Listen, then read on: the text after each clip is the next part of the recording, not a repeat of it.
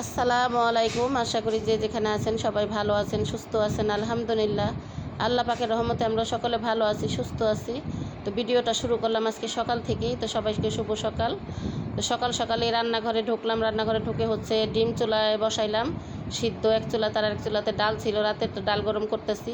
আর আজকে দেখেন বাহিরের ওয়েদারটা কিন্তু খুব সুন্দর, কারণ অনেক ভালো লাগতেছে। আর অনেক দিন পরে একটু রোদ উঠছে আর কি। আজকে 2-3 দিন ধরে আবার একটু একটু রোদ উঠে। তো রোদ উঠলেও কিন্তু ওরকম একটা না, রোদ উঠে মানে অল্প অল্পই, তো ভালোই লাগে। আর বাতাসও আছে। তো যাই হোক, ভিডিওটা না টেনে সম্পূর্ণ ভিডিওটা দেখতে থাকুন, পাশেই থাকুন।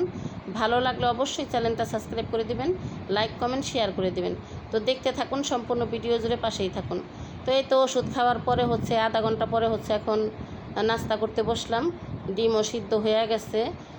আজকে নাস্তা হচ্ছে আমাদের কলা, রুটি আর হচ্ছে চা, আর সাথে কিন্তু ডিম আছে। তো আজকে কিন্তু ডিম সিদ্ধ করছি একটা। তো উনি অনেক সকালে কাজে গেছে, তো বলছে আমার যে আমার জন্য ডিম সিদ্ধ করো না। তো উনি এখন আবার বাসায় আসছে কি জানি নেওয়ার জন্য, রাইখা গেছে। তো আমি বলতেছি নাস্তা করছো? তো উনি বলছে হ্যাঁ আমি নাস্তা করছি। তো উনি কিন্তু অনেক সকালে উঠে আর কি নাস্তা করে। আর এখন যেহেতু আমি ঘরে রুটি আর কি অনেক দিন ধরেই কিন্তু আমি ঘরে রুটি বানাই না, তো বাহিরেতে কিনাই নেই, নাস্তা খাইতে হয়।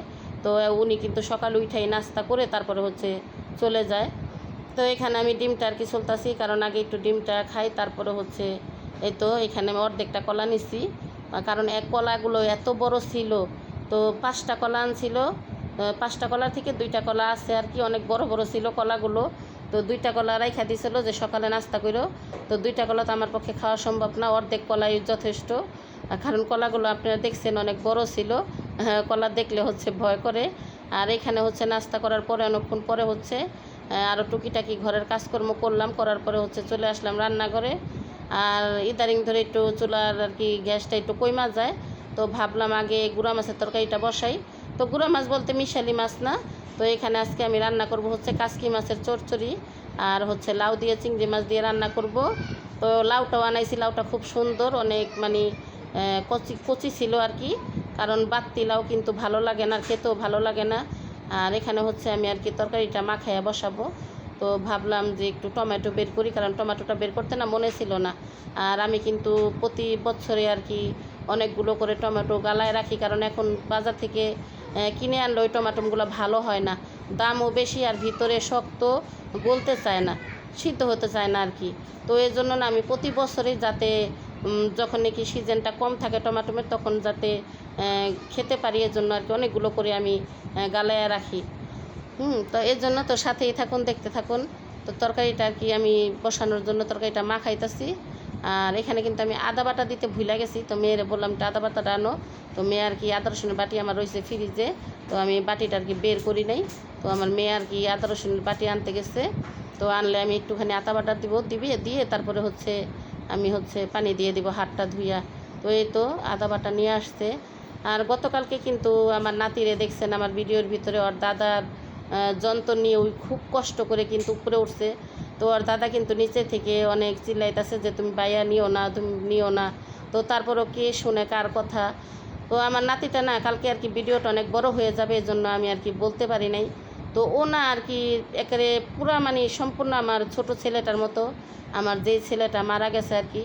কারণ আপনারা তো আমার ছোট ছেলে দেখেন নাই, আর আমি ওর কোনো ছবি আর কি রাখি নাই। আমার মোবাইলেও যা ছবি ছিল না এগুলো আমার বড় ছেলে হচ্ছে সব ডিলিট করে ফেলছে, কারণ ওই ছবিগুলো না আমি দেখতাম আর হচ্ছে কান্না করতাম।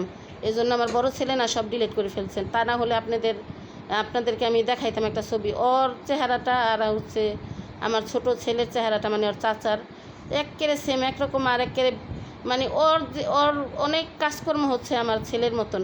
আমার ছোট ছেলেটা না, ওর বাবা যখন আসতো না, আমরা কেউ না শুনলো ওই জুতার শব্দ পাইলে দৌড়ে নিচে যায় আর বাবার যন্ত্রপাতিগুলো উঠায় আনতো। তো এরকম আমার নাতিও এখন করে, কারণ ওর দাদা ও যখন আমাদের বাসায় আসে, ওর দাদা তো আরও সারাদিন বাসায় থাকে না। তো ও কানটা আর কি খাড়া রাখবে কখন ওর দাদা আসবে। অন্য কিছু শব্দ পাইলেও না বলবো দাদি দাদা আসছে, দাদা আসছে, দৌড়ে আর কি ঘরে থেকে বের হবে। এদিক দিয়ে কিন্তু কথা বলতে বলতে আমার তরকারিটা বলক চলে আসছে, কারণ গ্যাস এখন একটু একটু বাড়তেছে। আর এদিক দিয়ে আমার নাতি আর কি খেলতেছে ঘরে।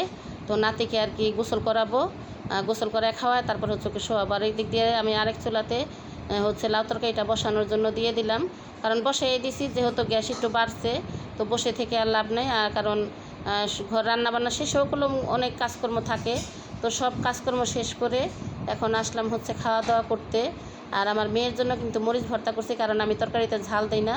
আর আমার মেয়ে আর আমার ছেলের বউ হচ্ছে অনেক ঝাল খায়, ওরা অনেক ঝাল খেতে পারে, তো আমি তো ঝাল খাইতে পারি না। তো এই জন্য আমি তরকারিতে হচ্ছে এই ছোটো মাছের ভিতরে হচ্ছে আমি 2টা মরিচ দিছি, আর এই লাউ তরকারির ভিতরে হচ্ছে 1টা মরিচ দিছি, কাঁচামরিচ আলাম। তো এর জন্য আর কি আমার মেয়ে আর কি ভাত খেতে পারবো না, তো এর জন্য মেয়ের জন্য আবার শুকনা মরিচ আর কি ভর্তা করলাম। তো ভর্তাটা কিন্তু খুব সুন্দর ঘ্রাণ বেরিয়েছে, আমার ইচ্ছে করতেছে আমি খাই, কিন্তু না, খেতে পারবো না।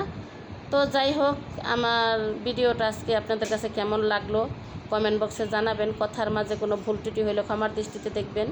তো আমার আজকের ভিডিওটা এই পর্যন্তই। সবাই ভালো থাকবেন, সুস্থ থাকবেন, আবার দেখা হবে আগামী কোনো ভিডিওতে। তো আজকের মতন বিদায় নিচ্ছি, আল্লাহ হাফেজ।